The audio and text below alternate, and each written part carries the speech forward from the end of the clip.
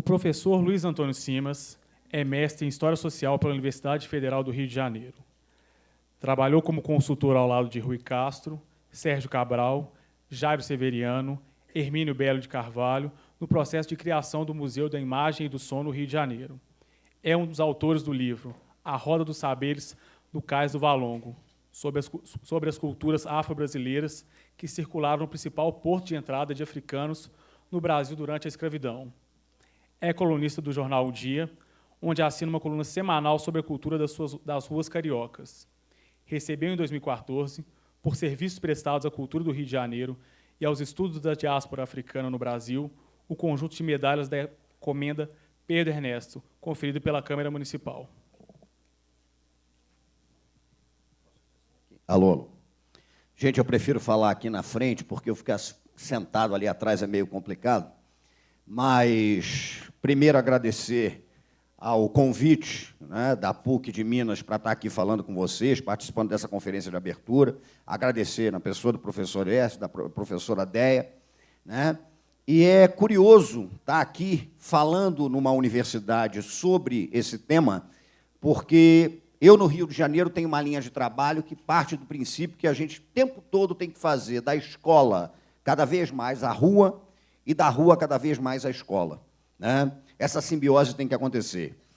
E a minha linha de trabalho, a minha linha de reflexão, ela é uma linha que parte de um processo curioso, né? Por que eu penso hoje a cidade e o Rio de Janeiro, e eu estou vindo falar com vocês de uma cidade que vive um momento muito especial, né? É um Rio de Janeiro às vésperas de uma Olimpíada, é um Rio de Janeiro que vive o dilema, né, entre uma cidade empresa, uma cidade moldada para a circulação de carros e mercadorias, e uma cidade que pulsa nas ruas. Mas, para chegar a essa reflexão, eu queria dizer para vocês o seguinte: a minha linha de trabalho, o que eu trabalho, a minha linha de pesquisa em história, né, eu tenho já 10 livros publicados sobre isso e já vão para mais de 100 artigos e tal, né, em livro, revista, jornal. Eu trabalho com as culturas da diáspora africana no Rio de Janeiro, basicamente vinculadas ao samba e às religiosidades afro-brasileiras. Recentemente, eu tive a oportunidade de lançar um dicionário da história social do samba em parceria com Ney Lopes, que é um grande compositor, um grande sambista, um grande pesquisador das culturas da diáspora. E a minha reflexão, ela partiu de um princípio fundamental. A minha cidade, né, e é interessante a gente trocar essas experiências em outros lugares, ela é uma cidade que vive permanentemente um embate. Porque o Rio de Janeiro foi, certamente alguns aqui sabem disso, o maior porto de entrada de pessoas escravizadas na história da diáspora africana para o Brasil, para as Américas, para ser mais preciso. Aliás, eu faço questão sempre de dizer pessoas escravizadas e não escravos, né? Porque quando você usa a expressão escravo, você já está partindo do princípio de que ali você tem uma mercadoria, um objeto de troca que movimenta a economia canavieira. E a minha perspectiva não. É encarar o fenômeno da escravidão também por um viés cultural. Então, é a pessoa escravizada, é a pessoa em situação de cativeiro que chega ao Brasil. E aí essas reflexões, e a gente vai chegar à cidade a partir delas, elas partem de um princípio que eu acho que é fundamental, e às vezes a gente perde essa dimensão. A experiência da escravidão é uma experiência de morte. É uma experiência de morte física e é uma experiência de morte simbólica. Se hoje nós formos, por exemplo, à capital do Benin, a cidade de Porto Novo, ali existe um monumento muito impactante que chama-se a Porta do Não Retorno.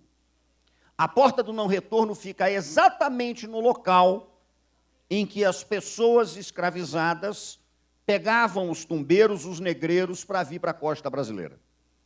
E nessa Porta do Não Retorno do Benin, você tem esculpidas em madeira, talhadas em madeira, imagens dos egunguns, que são os espíritos dos ancestrais. E esses espíritos estão talhados na porta por uma questão absolutamente crucial. Quando a pessoa era vendida como escrava, ela cruzava a porta do não retorno. Simbolicamente, o cruzar dessa porta significava o seguinte: essa pessoa morreu. Era um ritual simbólico de morte. E era um ritual simbólico de morte com um duplo sentido. Eles diziam que a pessoa que cruzava a porta do não-retorno, ela esquecia de todas as experiências que ela tinha tido antes.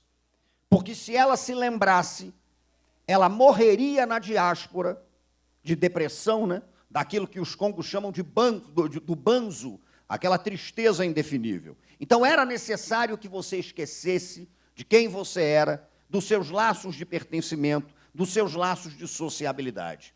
Cruzar a porta do não-retorno era uma experiência simbólica de morte e esquecimento, para quem vinha. E era uma experiência de morte e esquecimento para quem ficava. Porque aqueles que ficaram lá passavam a considerar que aquela pessoa tinha morrido e ela seria cultuada apenas como um ancestral que fisicamente não existe mais. Então há uma dimensão simbólica na escravidão e uma dimensão terrível, que é a da experiência da morte. E a pessoa que chegava aos portos brasileiros, e o Rio de Janeiro recebe uma quantidade muito grande de escravos, inclusive, né, daqueles que vieram para as Minas Gerais no ciclo da mineração, tá? Mas essa pessoa que chegava ao Brasil, ela era uma pessoa que, a rigor, tinha um destino estabelecido por duas possibilidades: a chibata e a cova rasa. E a experiência da escravidão é uma experiência que rouba a história da pessoa que foi escravizada. É a história daquela pessoa que está sendo roubada. Recentemente, o Rio de Janeiro encontrou, nas obras do Porto Maravilha para as Olimpíadas, o cemitério dos Pretos Novos. Um cemitério de covas rasas, onde você jogava os escravos que morriam na travessia, ou jogava as pessoas escravizadas que morriam ainda no mercado, antes delas serem negociadas. A cidade do Rio de Janeiro fez questão de apagar de sua memória urbana o cemitério dos Pretos Novos. Ele foi escondido por inúmeras reformas urbanas, porque uma cidade, ela conta a sua história não só naquilo que ela tem, mas ela conta muito de sua história naquilo que ela não tem mais. O silêncio grita nas grandes cidades. E por conta das obras do Porto, descobriu-se o cemitério dos Pretos Novos. Acredita-se que ali você tenha ossadas de cerca de 40 mil pessoas escravizadas. Mas você só tem a referência de 52 dessas mais de 40 mil pessoas. 52 pessoas, você tem ideia de quem foram. As outras 40 mil e tantas, você nem sabe quem foram. Roubaram dessas pessoas, inclusive, a história delas. Então, a experiência da escravidão é uma experiência de morte. Simbolicamente, você morre. Fisicamente, você pode morrer. E é necessário que você esqueça. Só que há um detalhe fundamental. Ninguém esquece. Ninguém esquece. Você passa por um ritual de esquecimento, mas você não esquece. E chegando ao Brasil, chegando à diáspora, você tem duas opções. Ou você morre de fato, ou você ressuscita. E ressuscitar significa recriar aquilo que foi roubado de você. Laços de sociabilidade, construção de identidades, vínculos de pertencimento. Você precisa reinventar a sua vida. E a cidade do Rio de Janeiro, então, ela foi marcada profundamente por essas instâncias de ressurreição, de reconstrução de sociabilidade, de construção de laços de pertencimento, de recriação de formas de vida que você perdeu. Você vai ressuscitar simbolicamente e você evita a morte física nisso. É esse aspecto que indica, é isso que está por debaixo de muita coisa que caracteriza a cidade do Rio. As escolas de samba, os terreiros de candomblé e umbanda, os ungus, as casas de angu que existem no Rio de Janeiro na virada do século XIX para o século XX, em que as comunidades de descendentes de africanas e africanos se reuniam para comer, né? Mas o ato do partilhar a comida se transformava num ato de você compartilhar a experiência de vida e criar sociabilidade. É isso que explica a casa da tia Ciata, onde miticamente teria nascido o samba carioca, onde teria sido composto pelo telefone, o samba de Donga e Mauro de Almeida, gravado há 100 anos. Então, a gente tem a dimensão, né, que o Rio de Janeiro, de onde venho, ele é uma cidade profundamente marcada pelas culturas da diáspora africana. Só que há um detalhe que vai fazer com que a gente possa transpor a história e chegar aos dias atuais. Toda cidade é, sobretudo, um embate a respeito do território.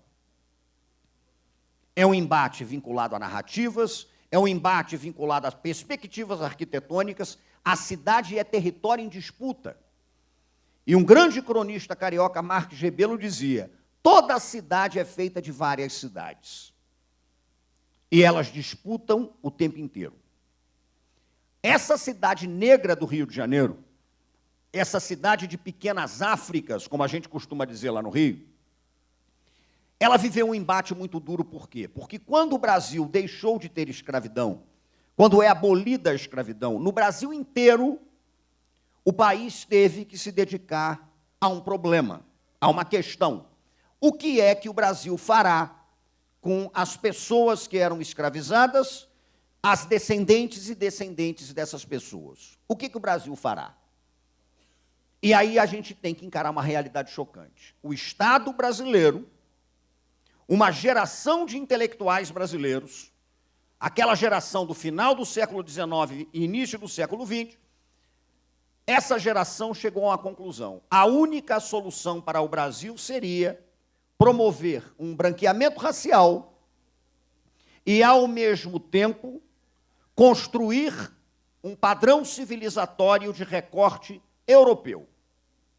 O Brasil tinha que embranquecer. Isso foi um projeto de Estado no Brasil.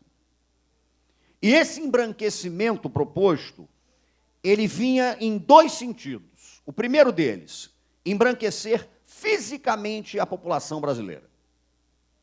Nós tivemos um intelectual importante do início da República, Silvio Romero, que dizia que a solução para o problema brasileiro era estimular o tempo todo a mestiçagem. Que brancos se casem com negras, que negros e brancas convivam, misture tudo. Aí você imaginava assim: Silvio Romero é um apóstolo da mistura. Não. A linha de raciocínio dele e da maioria dessa geração de intelectuais brasileiros era a seguinte: ele dizia: biologicamente o branco é superior. E como ele tem a supremacia, isso era dito com a maior clareza no início da República, se nós estimularmos a mistura, nós vamos limpar a pele brasileira. E ele chegou a dizer que, se isso fosse feito, no ano 2000 não haveria mais traços negroides ou indígenas na população do Brasil. Mas, além dessa proposta, e nós temos que encarar isso, houve um projeto de Estado no Brasil para a promoção de um branqueamento racial, que viria com a entrada maciça de imigrantes. O imigrante não vem para cá simplesmente como um elemento que vai substituir mão de obra, do ponto de vista da economia. Ele está inserido num processo ideológico vinculado à ideia de branquear a população. Mas, além do branqueamento racial, e é aí que a gente traz a temática para a cidade, houve um projeto, e, modestamente, eu acho que esse projeto ainda não morreu, houve um projeto de branqueamento cultural. E o projeto de branqueamento cultural se estabelecia da seguinte maneira: nós temos que eliminar do Brasil todos os traços de culturas que escapem do padrão civilizatório de recorte europeu que nós queremos estimular. Qualquer traço de cultura das origens diaspóricas africanas, indígenas e etc., isso é um atentado civilizatório. Nós temos que eliminar isso.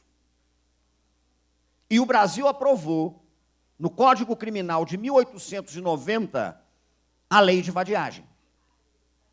A Lei de Vadiagem era aquela que estabelecia que vadiar nas cidades brasileiras passava a ser considerado crime. Só que a Lei de Vadiagem não estabelecia exatamente o que era vadiar. Tudo, então, que você queria combater era passível de ser considerado vadiagem. Foi a Lei de Vadiagem que serviu como um instrumento legal de criminalização do samba. Foi a lei de vadiagem que serviu como um instrumento legal de criminalização das religiosidades afro-brasileiras.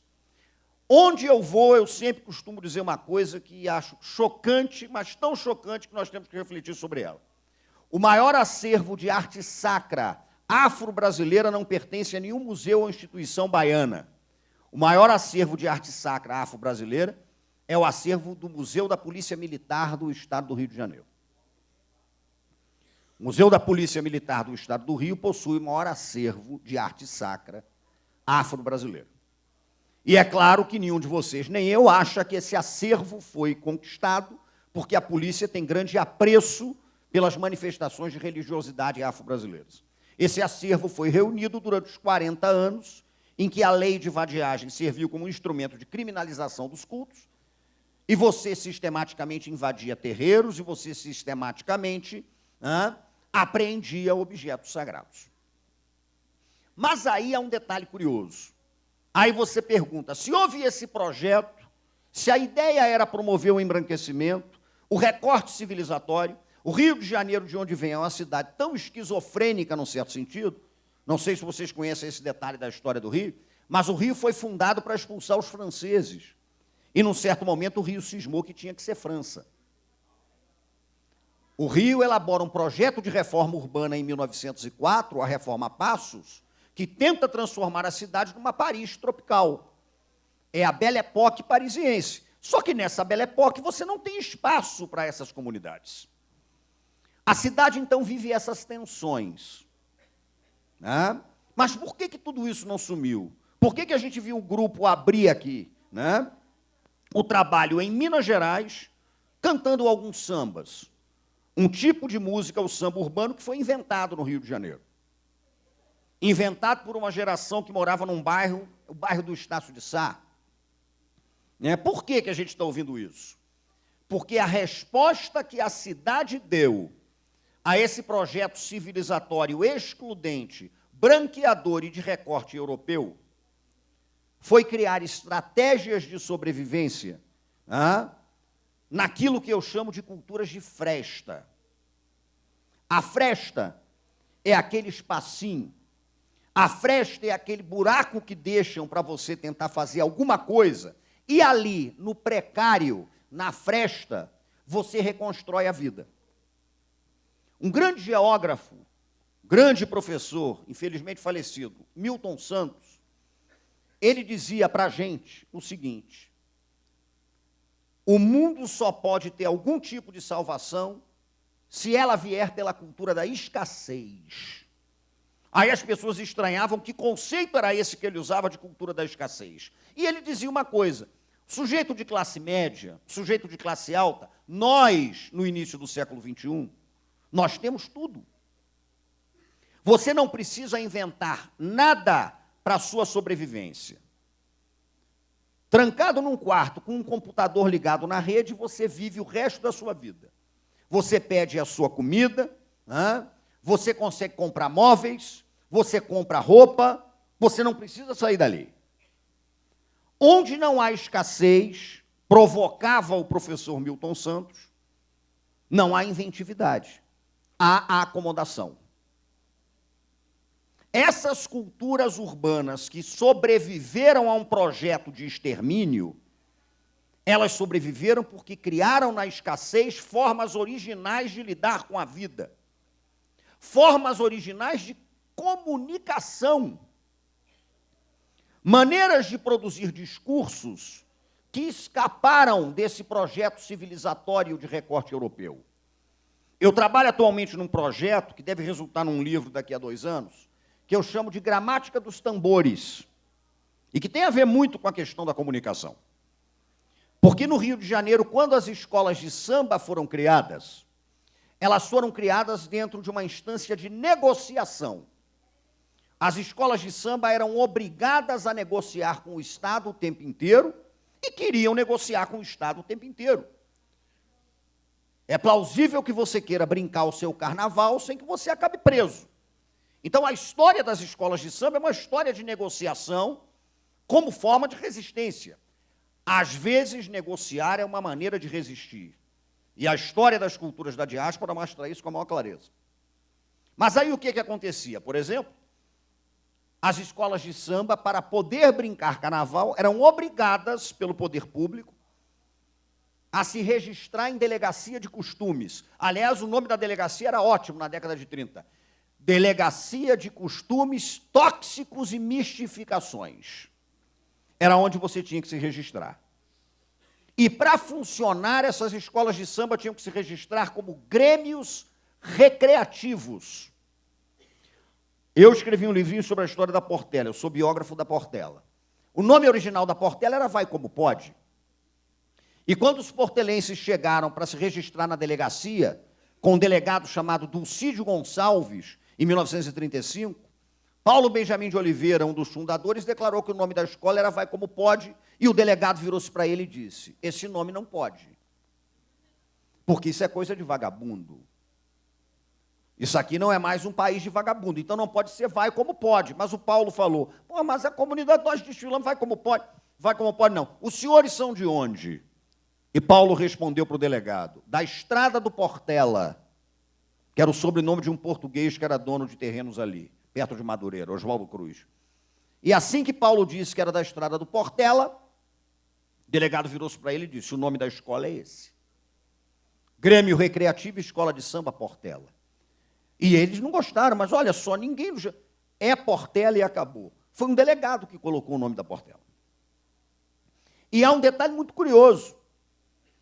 Por exigência do regulamento, essas escolas de samba só poderiam desfilar cantando temáticas de interesse nacional. Era a história oficial.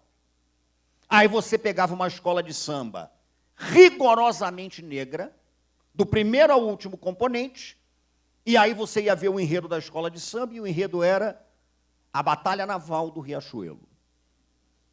Aí você pegava uma escola de samba inteiramente negra, e aí ia ver o enredo da escola de samba, e estava estabelecido que o enredo era exaltação ao Duque de Caxias.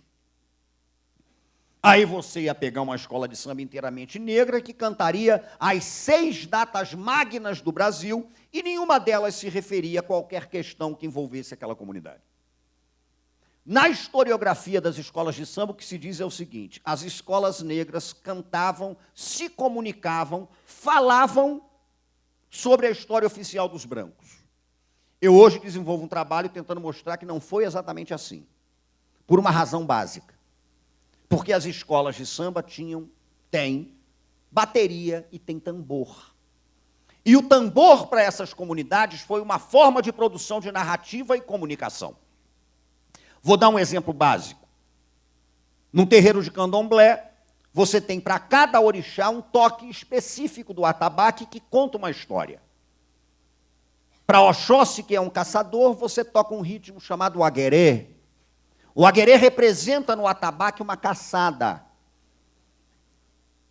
O aguerê conta uma história, ele comunica uma história de caçada. Oxóssi entra na mata e quando ele vê o bicho, ele corre atrás dele. Então o aguerê diz: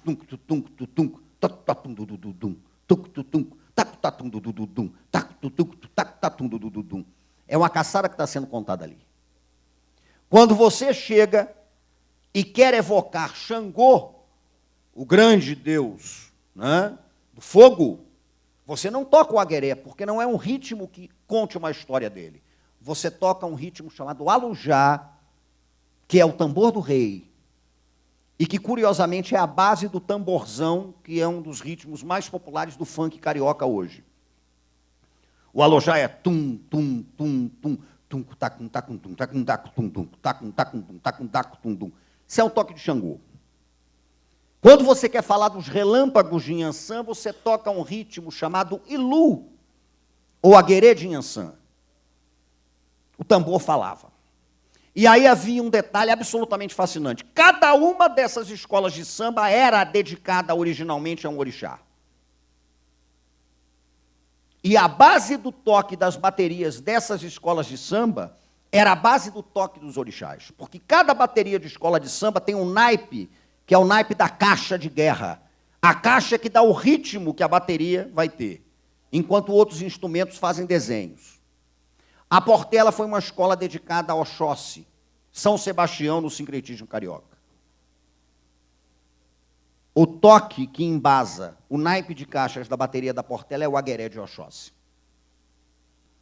E aí você está construindo uma narrativa e você está comunicando coisas, né, que a tua comunidade vai entender. Porque quando você ouvia aquela bateria, quando ouve até hoje, você ouvia a caixa tocando Agueré de Oxóssi. E aí era uma maneira de você subverter a ordem oficial pela fresta e pela festa. Porque, aparentemente, a Portela estava contando a história do Duque de Caxias. E estava. Verbalmente, aquilo que a gente conhece como verbalização, fala do Duque de Caxias. Mas o tambor estava contando uma outra história. A Portela, durante 1h30, 2 horas, saudava Oxóssi, do início ao fim do desfile. Eu comentei o carnaval, né, para uma televisão, para a TV Brasil, lá no Rio de Janeiro, e para uma rádio. E a Mangueira ganhou o carnaval com Maria Bethânia, que era um enredo em louvação a Inhansã, Oiá. Aí me perguntaram o seguinte: professor, a Mangueira saúda Oiá em Inhansã pela primeira vez em sua história, o que o senhor acha disso? E eu dei uma resposta que foi a seguinte: a base do toque de caixa da bateria da Mangueira é, desde 1929, o Ilude em Inhansã. Então, a rigor, a Mangueira toca para Inhansã, saúda Oiá desde 1929. A gente é que não tem esse nível de compreensão. Nós é que não estamos abertos a essas outras maneiras de contar a história, a essas outras narrativas. Então, essas culturas de fresta, elas criaram estratégias de sobrevivência muito potentes. E hoje, isso no Rio de Janeiro adquiriu uma potência que vocês não imaginam. Porque o Rio de Janeiro, até 1960, era uma cidade que tinha um discurso oficial, uma narrativa oficial do poder que a designava. O Rio era a cidade maravilhosa, capital do Brasil, tambor de ressonância, né? O que acontece no Rio ressoa no país inteiro e etc. e tal. Em 60, o Rio perde a condição de capital. A capital vai para Brasília. Nos anos 80, o Rio começa a viver um declínio em sua economia que é evidente. E as narrativas sobre a cidade precisaram ser reinventadas. E eu, que moro no Rio, digo para vocês que hoje prevalece uma narrativa oficial de que o Rio de Janeiro é um balneário de grandes eventos. Prevalece uma narrativa oficial estruturada em cima do mito do carioquismo. Como se todo carioca fosse à praia, como se todo carioca andasse de havaianas, como se todo carioca comesse biscoito Globo. Né? E eu digo para vocês que não é isso. Quando você imagina que de cada 10 cariocas, 8 não moram na orla do Rio de Janeiro, né? Aliás, desses 8, muitos moram longe da praia, as pessoas ficam um pouco impressionadas. Uma vez, escrevi uma época para o Globo, e eu me lembro, eu moro na zona norte do Rio de Janeiro, eu não moro na zona sul, eu não moro perto da praia. E eu me lembro que o Globo, uma vez noticiou em sua revista de programa, aconselhando programas para o carioca, escreveu o seguinte: vale a pena atravessar o túnel para conhecer um botequim no lugar tal. Eu anotei aquilo ali e não falei nada. Daqui a pouco eu leio lá na frente, vale a pena atravessar o túnel. Na terceira vez que eles aconselharam que valia a pena atravessar o túnel, eu mandei um e-mail para os meus amigos do jornal dizendo: olha só, a maioria da população do Rio de Janeiro, se atravessar o túnel, né, ela morre afogada na Lagoa Rodrigo de Freitas, porque a maioria não mora onde vocês estão supondo que ela more. Essa narrativa da cidade praiana, da cidade de Zona Sul, da cidade cartão postal, né, ela é uma narrativa que, a rigor, tenta vender a imagem do balneário de grandes eventos, mas ela tem que ser problematizada. E o embate que nós vivemos hoje, me parece que é muito nítido entre duas concepções de cidade. Há uma concepção de cidade, balneário de grandes eventos, pensada numa lógica empresarial. A cidade é pensada na perspectiva de facilitar a circulação de mercadorias e carros. Ela não é pensada na perspectiva de pensar a circulação de pessoas e nem de pensar a perspectiva do encontro entre as pessoas. O Rio de Janeiro foi uma cidade que revigorou inúmeras praças e não colocou banco em praticamente nenhuma. Ou seja, é o embelezamento urbano vazio. Porque a praça está muito bonita, mas nela ninguém pode parar. Porque você tirou banco. Você tirou banco para que as pessoas não se encontrem, você tirou banco para que o mendigo não durma, né? E eu, na época, escrevi um texto dizendo que eu defendia colocar banco exatamente para que a população de rua tivesse uma cama também. Né? Mas a cidade está sendo pensada na lógica da empresa, na lógica da circulação de mercadoria, na lógica da circulação de carro. Ao mesmo tempo em que isso é potencializado, né? E hoje é potencializado de uma maneira explícita. Explícita. Porque isso, em um certo momento, foi um pouco disfarçado. Né? Eu, por exemplo, gosto de refletir sobre a cidade a partir do que está acontecendo no futebol. O futebol é uma belíssima metáfora para a gente pensar questões urbanas. Em 1950, no Rio de Janeiro, foi construído um estádio, o Maracanã, que na época foi definido pela imprensa carioca como o Coliseu dos tempos modernos. Aí as pessoas falam o seguinte: o Maracanã foi construído para todo mundo. Sim, mas a gente tem que ter cuidado com esse discurso de democratização do espaço no antigo Maracanã. Porque ele foi construído para ir todo mundo, mas a partir de uma lógica que espacialmente delimitava a diferença entre as classes. Porque ele foi construído com uma geral, que era um espaço onde você assistia precariamente o jogo em pé, praticamente sem enxergar o campo, e a geral era frequentada pelas camadas populares. O pobre vai para a geral. Foi construído com uma arquibancada frequentada maciçamente por segmentos da classe média. E foi construído com cadeiras, camarotes e cadeiras cativas, né, frequentadas basicamente por aqueles mais abastados. Então, o próprio discurso de democratização do espaço do Maracanã é um discurso que, a rigor, encobre, pela cordialidade do amor pelo futebol, uma perspectiva de se pensar o Estado a partir da diferença de classes e de hierarquias. Né? O curioso é que se você conversa com as pessoas sobre o Maracanã, todos que frequentaram o antigo Maracanã serão unânimes em dizer que o espaço mais interessante acabou sendo o da geral, exatamente o mais precário. Ali você reinventou maneiras de torcer, ali você reinventou performances dramáticas para se colocar como torcedor. Agora, até esse consenso cordial acabou. Que quando o Maracanã foi reformado para a Copa, a geral foi extinta. E eu digo para vocês o seguinte: o objetivo não era acabar com a geral. O objetivo era acabar com a presença do Geraldino, daquele pobre que frequentava o estádio.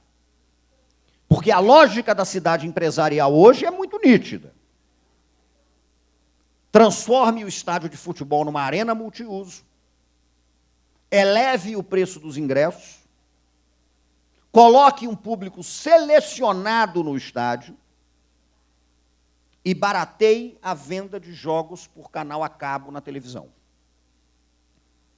Porque aí você atende ao interesse dos canais que vendem jogos por pay-per-view, aí você atende o interesse dos consórcios que escandalosamente dominam essas grandes arenas, né? E conseguem estabelecer um projeto fundamentado na ideia de que o torcedor, antes de ser torcedor, ele era um consumidor de um espetáculo. Então você transforma o torcedor num consumidor do espetáculo. E hoje, quando você vai no Rio, eu tenho a impressão que alguma coisa parecida deve estar acontecendo em Minas, onde você vê o torcedor mais genuíno é no botequim que comprou o jogo no pay-per-view, e o sujeito está ali tomando a cerveja dele e reinventando outras maneiras, outros afetos, outras formas, outras performances dramáticas de expressar a paixão. É isso que está acontecendo. Então você tem essa cidade pensada sob a lógica da grande empresa. Mas, ao mesmo tempo, você vira e me diz, então nós somos o quê? Pessimistas nesse contexto? Eu não sou pessimista por uma razão fundamental. Eu observo, ao mesmo tempo em que isso ocorre, a potência que essas culturas de fresta têm. Porque você vê que as coisas continuam acontecendo. A cidade está tensionada. E uma cidade tensionada, para mim, é muito positiva, porque dessa tensão você estabelece soluções criativas para você reinventar a sua vida. Eu trabalho com um projeto no Rio que chama-se Ágoras Cariocas, a partir de um texto que eu escrevi numa ocasião, em que eu comparava um botequim a uma ágora grega. Aquele espaço onde você se reunia para discutir a cidade, para falar do teu cotidiano, para trocar ideias. Então, eu dizia que o botequim era uma ágora. E, ao lado de uma turma da Zona Norte, lá do Rio de Janeiro, dos subúrbios do Rio de Janeiro, nós criamos o projeto Ágoras Cariocas, e a gente tem o objetivo de transformar as ruas, as praças e os locais não contemplados por essa lógica das reformas em potentes espaços de discussão da cidade. Então, nós fomos, por exemplo, para o Largo do Estácio, para falar sobre a história do Estácio, que é uma região do Rio que foi, durante muito tempo, largada. Nós fomos falar na Vila Mimosa, para quem não conhece o Rio de Janeiro, a Vila Mimosa é o prostíbulo, é a zona do meretrício do Rio de Janeiro. E nós fomos trocar experiências com as pessoas que trabalham e vivem na Vila Mimosa. Falar do local, escutar sobre o local. Porque trabalhando na rua com muita frequência, como eu faço hoje, eu percebo que nós, academia, intelectuais, classe média, por que não? Nós não conseguimos nos libertar da ideia de missão civilizatória. Eu canso de ver projetos de governo, ou projetos particulares muito bem intencionados, diga-se, que falam o seguinte, olha, nós temos que levar cultura. Quando falam essa frase para mim, eu já fico arrepiado e eu tento acabar com a conversa. Porque uma das desgraças do mundo, sem dúvida nenhuma, pode ter certeza disso, é a concepção de que você tem que levar cultura para alguém. Todo o território é portador de cultura, de potência de cultura. Pode não ser o tipo de cultura adequado à nossa perspectiva pequeno-burguesa. É evidente. Isso é óbvio. Mas há uma potência de cultura ali que é absolutamente fundamental, sobretudo se pensarmos a cultura como uma instância de criação de sociabilidade, sobrevivência e invenção da vida.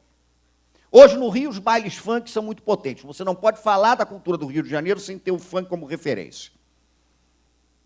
Quando você vai a um baile funk, para vivenciar aquela experiência, e não como simulacro, como se você estivesse indo numa experiência antropológica conhecer uma selva, que é uma mania que nós temos, a mania que a gente tem de fazer safari. Quando você chega a um baile funk, você repara que ali se estabeleceram estratégias de sobrevivência fascinantes. Há uma economia que circula o baile funk. Há aquela senhora da comunidade que botou a barraca dela com churrasquinho, e aquele churrasquinho faz com que ela sobreviva aquela semana. Há a turma que fez gato e botou gambiarra para iluminar um lugar que é escuro, e não adianta porque o poder público não vai chegar ali para colocar luz. Há maneiras de você expressar um discurso através do seu corpo que atenuam, muitas vezes, a dureza da sua vida. Então, essa cidade mais potente, essa cidade que sobrevive, essa cidade tensionada, ela é uma cidade que está muito pulsante. E eu acho que o embate hoje é esse. É um embate entre narrativas de cidade, é um embate entre a lógica empresarial e a cidade pensada como uma possibilidade de vida de seus habitantes, é um embate entre uma cidade pensada como um meio de circulação de mercadorias, contra uma outra cidade pensada como um meio de encontro entre gentes. É uma cidade pensada pela ótica da criança, porque não se pensa a cidade sobre a ótica da criança. Lá no Rio de Janeiro, por exemplo, dentro da onda do Rio Olímpico, houve um processo vigoroso de modernização de praças. Isso aconteceu, com espaços para a criança. E aí reformularam, modernizaram uma pracinha, num bairro carioca, Tijuca, Xavier de Brito, e eu reparei o seguinte: todas as praças elas seguem o mesmo padrão. Os brinquedos são os mesmos, as cores dos brinquedos muito parecidas, você fez tudo moldado e colocou na praça. E eu tive uma curiosidade um dia de perguntar para os maiores interessados o que eles achavam daquilo. Evidente que os maiores interessados são as crianças. E eu perguntei, pergunta ingênua minha, mas a proposta era essa: se alguém algum dia tinha perguntado para aquela criança que tipo de brinquedo ela queria que tivesse na praça. Evidente que nenhuma criança foi consultada sobre isso. A cidade não é pensada também para criança. A cidade não é pensada para proporcionar encontro de rua. Eu tenho um filho, por exemplo, e eu digo isso com tristeza e tento, na medida do possível, atenuar. O contato que meu filho tem com os amigos é na escola, é no colégio, vai ser na universidade. E aí nós temos que encarar de frente uma questão. A escola é uma instituição normativa de comportamento. Eu dei uma palestra numa ocasião para uma escola alternativa do Rio de Janeiro. Eu comecei dizendo para eles o seguinte: olha, vocês têm uma concepção pedagógica alternativa, isso é muito interessante. Mas se todo mundo aqui é alternativo, o alternativo vira o padrão normativo. As pessoas que se encontram, elas têm mais ou menos perspectivas de vida muito semelhantes. O espaço onde você encontrava a diferença era o espaço da rua. Mas esse espaço, como ponto de encontro, está morrendo. Quando você asfalta uma rua, é ótimo que você asfalte. Mas a gente tem que pensar que você está matando a possibilidade de ter jogo de bola de gude. No asfalto, a bola de gude morreu. Quando você verticaliza a cidade, você tem que pensar na perspectiva de que a cidade verticalizada matou a pipa. A pipa não sobe numa cidade vertical. Então, as cidades têm que ser pensadas com essa multiplicidade. Todavia, a fresta permanece. No Rio de Janeiro, hoje, um dos lugares em que mais se solta a pipa é no cemitério de Inhaúma. Os cariocas costumam dizer que na época das férias é o tempo da pipa. E aí a garotada vai para um cemitério soltar pipa. Porque até agora, em Inhaúma, ninguém resolveu construir um cemitério vertical com 200 andares. Então, ali o vento sopra, ali a pipa sobe. Você ressignifica o espaço do cemitério e você cria uma perspectiva nova de cidade. Aquilo está acontecendo. Os terreiros de candomblé no Rio de Janeiro hoje, eles estão em pleno processo de deslocamento urbano. Porque com o crescimento da cidade, não há o espaço para o terreiro. O terreiro precisa de rio, o terreiro precisa de planta, o terreiro precisa de folha. O avanço da urbanização mata essa possibilidade. E você repara uma reconfiguração geográfica das casas de culto afro-brasileiras no Rio de Janeiro, que é um trabalho muito interessante que alguns geógrafos estão fazendo. Nesse sentido, para não me alongar muito, é que eu acho que a gente tem que pensar a perspectiva de uma cidade que pulsa, de uma cidade que é embate, mas eu acho também que a gente tem que pensar essa perspectiva a partir de outros olhares e de outras miradas. O nosso olhar é um olhar viciado. Nós temos um olhar canônico, nós temos um olhar excessivamente no mau sentido, porque existe o bom sentido, é claro, mas excessivamente academicista. Eu vejo muitos estudos sobre as culturas da diáspora africana, eu trabalho com isso, fundamentados em conceitos canônicos, estabelecidos por pensadores do Ocidente. Uma vez me perguntaram sobre filosofia africana. Aí me foi perguntado isso no seguinte sentido: professor, sabendo que a filosofia nasceu na Grécia, e eu dei uma resposta, Ariano Suassuna falava uma coisa parecida. Eu parei e disse o seguinte: olha, de fato, a filosofia nasceu na Grécia, mas a filosofia que nasceu na Grécia foi a grega. Claro, a filosofia grega nasceu na Grécia. O teatro é grego, concordo, o teatro grego é grego. Mas daí a gente achar que outras sociedades, outros grupos sociais, não elaboraram formas complexas de pensar o mundo, refletir sobre o mundo, e nem elaboraram formas complexas de dramatização, a gente está indo longe demais. Então, olhar essa cidade de Fresta é, sobretudo, olhar com o olhar do aprendiz. Quando você chega com um arcabouço conceitual, fazendo um trabalho de campo, né? Eu estou dotado de conceitos, eu estudei epistemologia, eu conheço os principais teóricos alemães, ótimo que se conheça, ótimo que se conheça. Ótimo.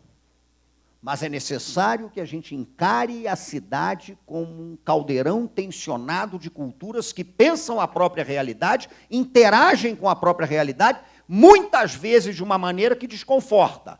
Um outro exemplo, para a gente não se estender muito. No Rio de Janeiro, eu estou convencido disso, mas quando eu falo isso, causa um certo desconforto. A violência urbana é uma forma também de sociabilidade. Você cria instâncias de sociabilidade no ato da violência. A história do samba é essa. Existe uma tentativa de domesticar a história do samba, capturá-la para uma narrativa, né, absolutamente domesticada, mas que não dá conta de algumas coisas que são muito sérias. A geração que criou o samba de sambar do Rio, que é diferente do samba de roda baiano, por exemplo, geração do Estácio de Sá, é a geração de um cara chamado Ismael Silva, a geração de Bide, a geração de Edgar, a geração de Rubem, de Brancura. À exceção de 2 ou 3, todos eles que inventaram o samba carioca morreram com menos de 40 anos. E morreram ou assassinados em briga de faca e tiro, e morreram por causa da sífilis, e morreram malucos. Então, admitir que o que há de mais potente numa cidade foi produzido por homicidas, por vítimas de homicídio, por malucos, por sifilíticos, é difícil pra cacete. Então, é bom que você domestique. É bom que você não diga que Brancura morreu maluco e era rufião, que vivia dando golpe no jogo de ronda, traficando maconha com mulher na zona, porque é difícil dizer isso. É difícil você admitir que Ismael Silva passou um tempo em cana, que nenhum deles teve uma vida ao largo da polícia, de ter curtido cana, como a gente chama no Rio. É difícil dizer isso. É mais interessante domesticar. É difícil admitir que uma forma de sociabilidade do samba carioca foram as rodas de batucada que aconteciam na velha Praça 11, onde você se reunia longe da polícia, numa balança de pesar que tinha lá, e a batucada era o seguinte: ia o batuqueiro de uma comunidade e plantava, fincava o pé no chão. E o de outra comunidade tinha que dar uma pernada nele para ver quem é que caía primeiro. E normalmente o couro comia. E você começava uma roda de batucada cantando um ponto de macumba carioca para Ogum, o general da banda, que depois foi gravado como música de carnaval e fez grande sucesso. Chegou general da banda, chegou general da banda. Aí a pessoa imagina que a banda é uma bandinha de música e não sabe que o general da banda, da rasteira, da pernada, é Ogum. E aí você cantava para o general da banda, pedia licença e o couro comia. Aquilo é violento. Tem que ser exaltado? Não tem que ser exaltado. Mas a gente não está aqui para exaltar alguma coisa ou outra. A gente está para investigar, para olhar a cidade, para interagir com ela. E ali você tem uma instância poderosa de sociabilidade. A história da capoeira é a mesma coisa. A pernada carioca, a capoeira, que surge no Rio e depois chega à Bahia, muita gente acha que é inverso, mas não, tá? A pernada carioca era considerada coisa de bandido. Você tinha malta de capoeirista que se dedicava ao ilícito, à bandidagem. A capoeira foi proibida no Código Criminal de 1890 e a pena para quem praticasse a capoeira era degredo na ilha de Fernando de Noronha. E não era para ir para Fernando de Noronha assar peixe e jogar capoeira na praia. Era colônia penal. Então, esses desconfortos da história urbana, essas tensões que envolvem as cidades, reconhecer que uma cidade grande é uma cidade de flor e faca, é uma cidade de afago e porrada, e às vezes na mesma hora, e às vezes a mão que porta a flor está aqui, e a mão que porta o punhal está aqui. Reconhecer isso é muito difícil, mas é absolutamente contundente. E me parece, então, para a gente concluir, né, porque vocês vão ter debates aí e tudo mais, agradecendo de novo isso, eu diria o seguinte: o grande milagre do Rio de Janeiro, pelo menos, e acho que serve para pensar as grandes cidades, é você entender o seguinte. Eu comecei com a escravidão porque acho que é o traço mais marcante da história do Brasil e vou terminar com ela. O cara que veio para cá, se não ficou na cova rasa, ele foi para o tronco para que no lombo dele cantasse a chibata. É chibata no lombo. Mas a grande aventura urbana da cidade do Rio de Janeiro foi transformar a chibata que bateu no lombo em baqueta que bateu no couro para chamar os deuses através do tambor. Era isso que eu queria dizer para vocês. Muito obrigado. Um ótimo seminário para todo mundo.